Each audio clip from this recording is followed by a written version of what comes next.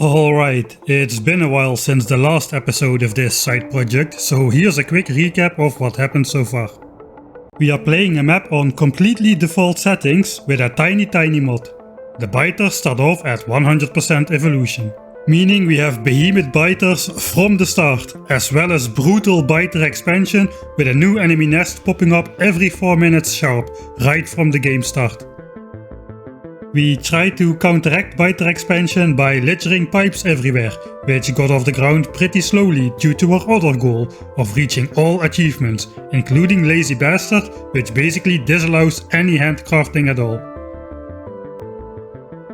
We just managed to get the most challenging achievement, which requires you to launch a rocket within 15 hours, all the while being severely hindered by both a bunch of other limiting achievements we needed to get, as well as obviously having to deal with the fully evolved biter situation. The combination of them being fully invincible during the first couple hours, while they kept expanding out to form dozens of new nests all over the place, was a truly unique nut to crack. Now, while we did launch a rocket to officially beat the game, we still have only half of all achievements so far, and we are definitely not out of the woods just yet. There is still a long and difficult road to go to complete this playthrough, and that is what the rest of this series will be about. If you want to know how we got here, I have linked 2 videos below. The first one being a 10-hour long full edit of the entire series up to this point, and the second one being a 10-minute extremely summarized recap highlighting the key concepts and strategies we used to get to this point and launch a rocket. While up to this point I felt it was important to keep a more live play feel despite all the editing, the rest of the series is going to be fully edited with highlighted gameplay in my usual style. I hope you enjoy. Anyway, here goes the rocket up into space.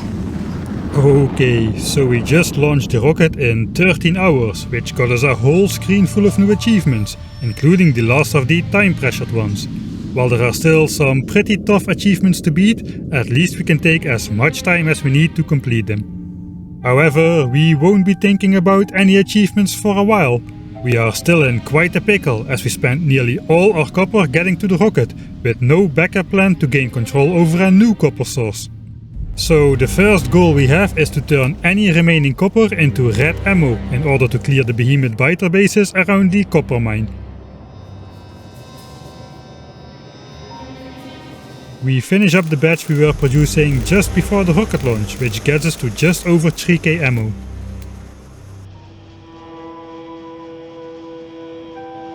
But after scrounging all the scraps together while we were reclaiming all the efficiency modules around the base and prepared other required stuff for our copper mine expansion, like a ton of belts, we got almost 4k ammo to work with.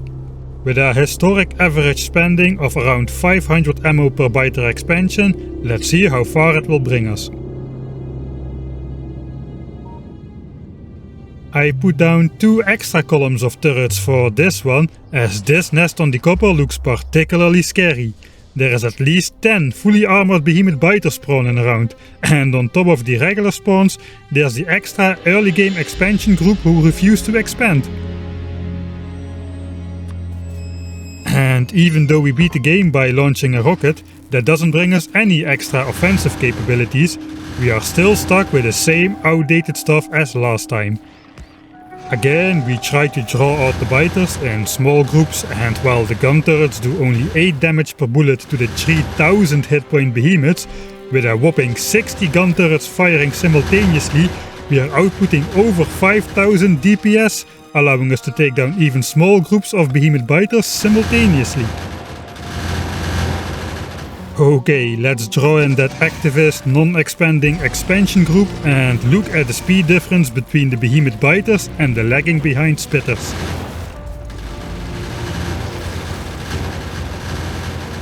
Okay, we go in for the kill. I mess up the visuals with my free-scrolling scroll wheel, but manage to place the gun turrets regardless. Oh no, a behemoth worm almost takes me out, while a single behemoth biter distracts all my turrets for a good while, keeping the nests and worms alive. Here you can really see just how sturdy those guys are if they are up against a more normal amount of turrets. we slowly chip away at the nest and the worms until there's nothing left but the lingering smell of rotten worm bread and scorched pink flesh. We did it, the toughest battle so far, and it took us almost 800 magazines.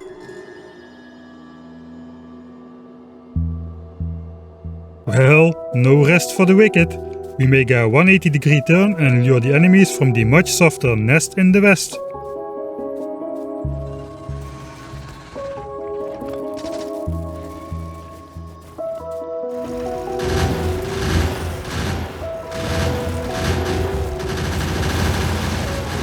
But man, my fallback point is just too far away for this nest, so we just storm in and absolutely go bonkers with dropping gun turrets left, right, over, under, on top of each other. We lose a lot of gun turrets here, but I'm fine with that. That's what they're there for. Biters jumping on gun turrets are not jumping on me.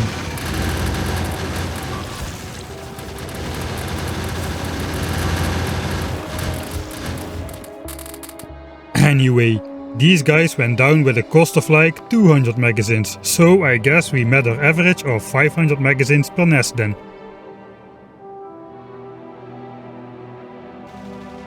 When the bots are slowly placing the expansion protection pipes, I realize I have a little bit of extra science left. And I can probably get bot speed 3, which will be a significant reduction in boringness when placing pipes and the walled gun turret blueprints, so let's go for that. Why didn't I realize this earlier?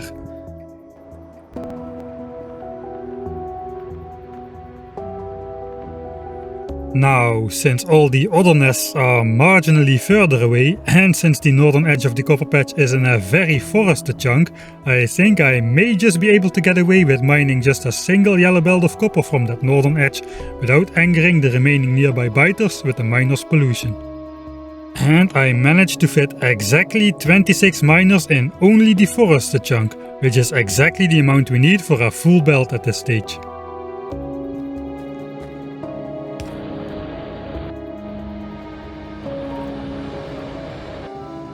And just as the home copper source is virtually fully depleted, a glorious new, full yellow belt of copper ore streams into my base. Well, that solved the urgent copper problem, but we still need to wait a bit to see the effect of the copper miners' local pollution. So we finally take the time to upgrade to the Personal Batteries Mark II. A very welcome quality of life upgrade, which will allow me to place pipes, walls and gun turrets without continuously worrying about the bot's battery level. We also repurposed our chest-fed green circuit setup to make 2 chests of red belts for the future real base. The 10 full chests of iron into gears will only make half of those though.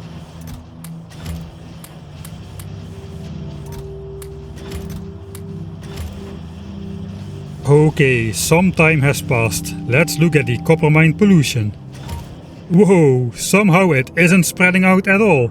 Let's flick on the pollution values and see what is going on. The chunk with the miners itself absorbs 11.10 pollution per minute, and any build-up pollution above the threshold of 15 gets spread equally to the 4 adjacent chunks, most of which are also heavily forested. Now, normally 26 miners output 260 pollution per minute, but with 3 efficiency modules per miner that drops to just 56 pollution per minute, which means these 5 chunks here almost fully neutralize a full yellow belt of copper production. And the best part is, pollution here will never build up to the threshold of 60, which is when trees start taking damage, which means this mine is sustainable for forever. Well, that was unexpected. Note that if we place the miners 1 chunk south though, pollution would easily start to seep out to the west. Placing the miners in the forested chunk really does make all the difference. So, with a reliable and steady stream of all resources incoming, I spent some time to make a truly gargantuan amount of red ammo.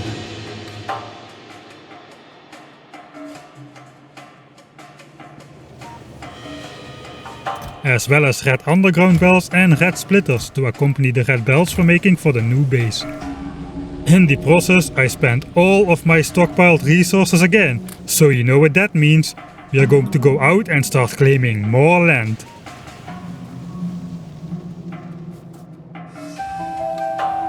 With almost 10,000 red ammo in our backpack, we systematically start to take out any biter base in sight, starting with these two here.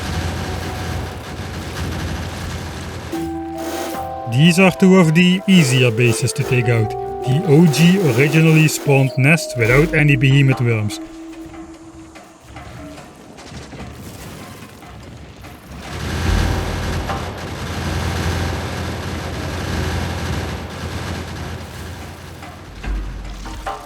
These are two of the easier bases to take out. The OG originally spawned nest without any behemoth worms, and it costs us less than a stack of ammo per base.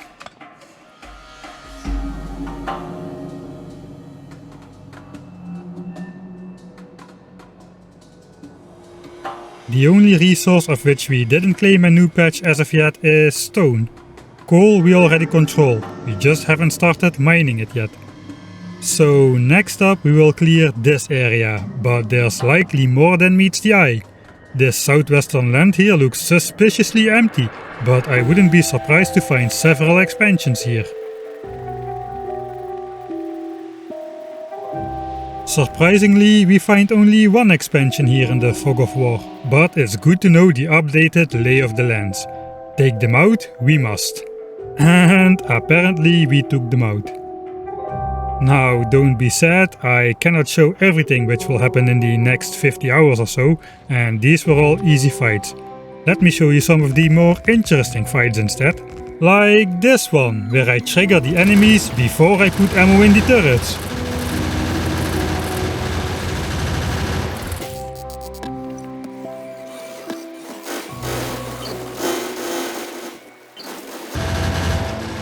Before almost dying to stupidly standing still in a behemoth worm acid puddle for too long.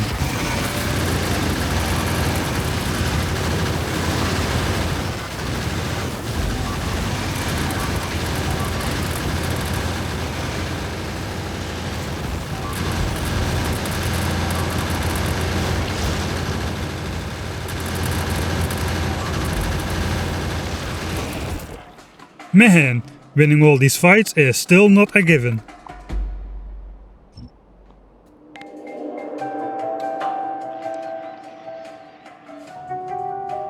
Another hour later and 3000 red ammo later, we finally have claimed the necessary area we need for our new base, which we plan to build smack in the middle of the 4 resource patches, south of our rocket launching starter base.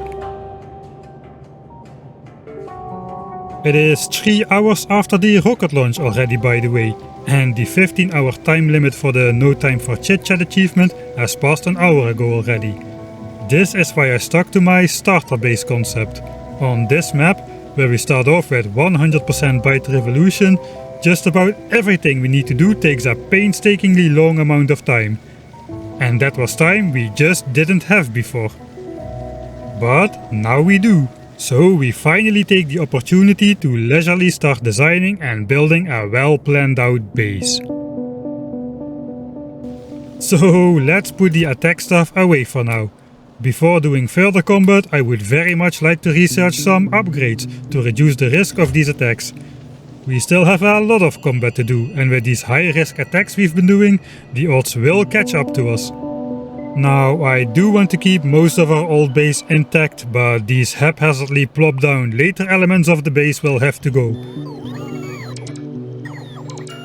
I'm gonna need some space down here.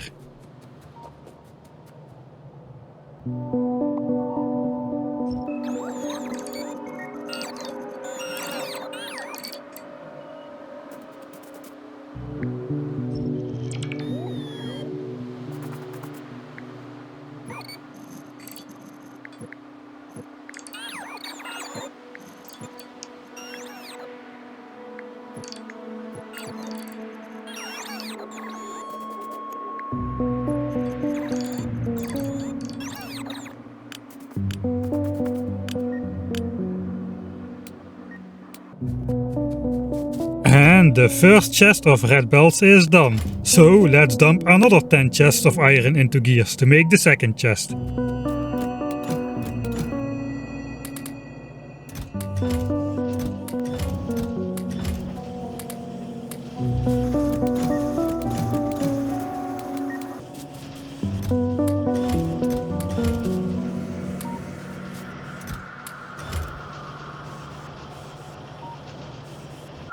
So I lay out a new chunk-aligned furnace plan for the new base, trying to take as much advantage of the nearby pollution-scrubbing forests as plausible. I start making iron sticks for steel power poles, before remembering I went full minimalist style to reach the rocket, and we haven't even researched the darn things yet, as well as other basic early game techs like landfill. I estimate I have enough science left to research those, based on the method of just hoping really hard for it to be true, so let's start the research process. I then spent some of my last remaining red chips on making roboports to help build a new furnace area and base, while I keep utilizing my handy hand-feeding assembly area to make more miners and furnaces.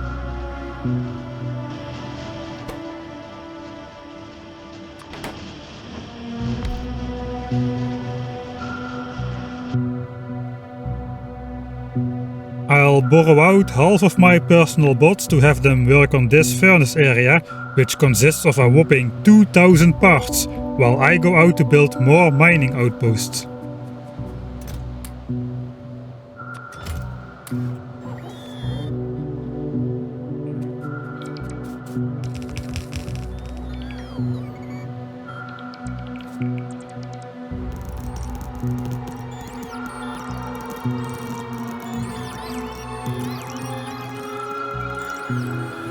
The first thing we do is double the iron production to 4 yellow belts, as almost all the building materials one needs to build a real base are made out of 90% iron on average. We are gonna need lots of it. And once we've built the belts back to the base, the 39 bots have already finished the full 2000 part furnace area. Good job, guys!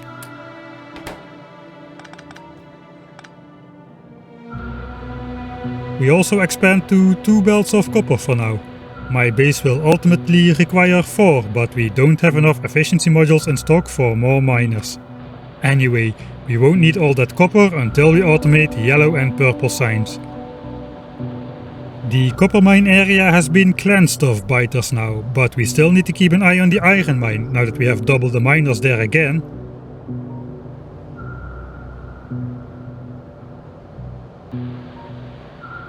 Anyway, we try to save as much forest as possible by using underground belts to cross the jungle. And finally we have the new ore belts connected to the new furnace area. Now it's already more than 5 hours after the launch and we still don't have a base yet. Well, I wasn't planning on going through the hand-feeding cycle to produce more red chips in this setup again, but here we are. I need more efficiency modules and I need them now. And finally we fixed this eyesore of a coal mine into a normal looking setup. Just kidding.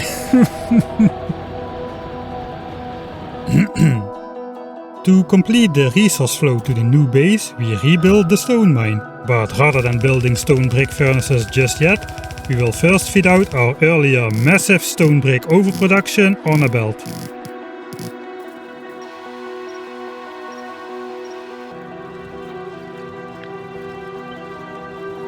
And thus all the basic base ingredients have been prepared. It is time to switch it all on.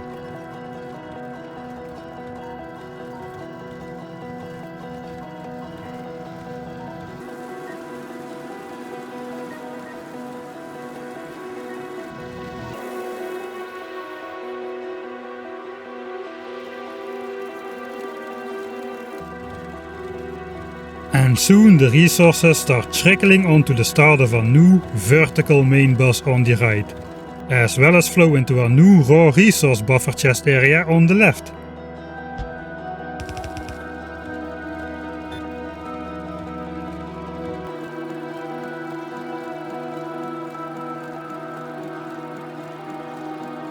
That means all the dormant miners are gonna wake up again and pollution will soon start to increase dramatically.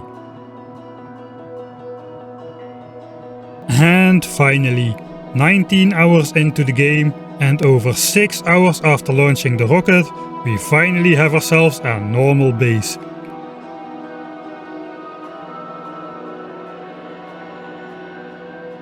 It can still only produce the first 4 science packs though, but that's plenty for a while. We still have a whole bunch of red, green, military and blue text to get through.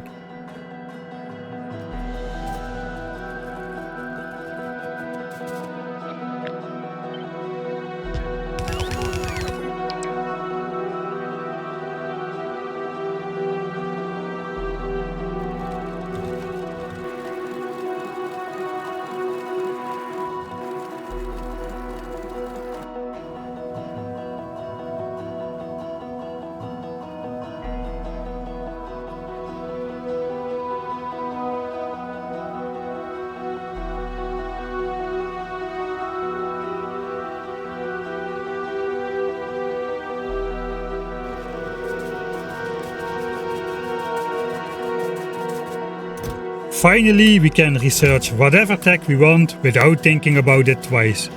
There don't even exist any truly useless technologies, as one of the achievements we need to get simply requires us to research all technologies.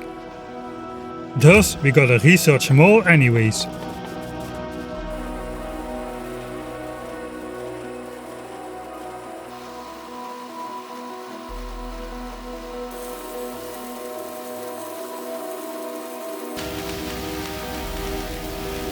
And with that, we conclude the first part of our post-rocket achievement hunting.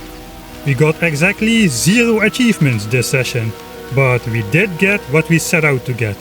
Access to all resources and finally a normal, fully automated base with giant buffer chests for all odds and ends, as we don't need to care anymore about how many of our precious resources get chewed up by those buffers.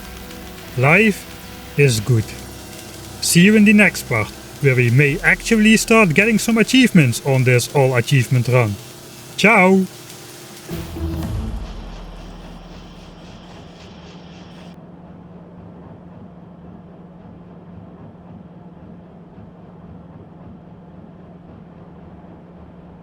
Next time.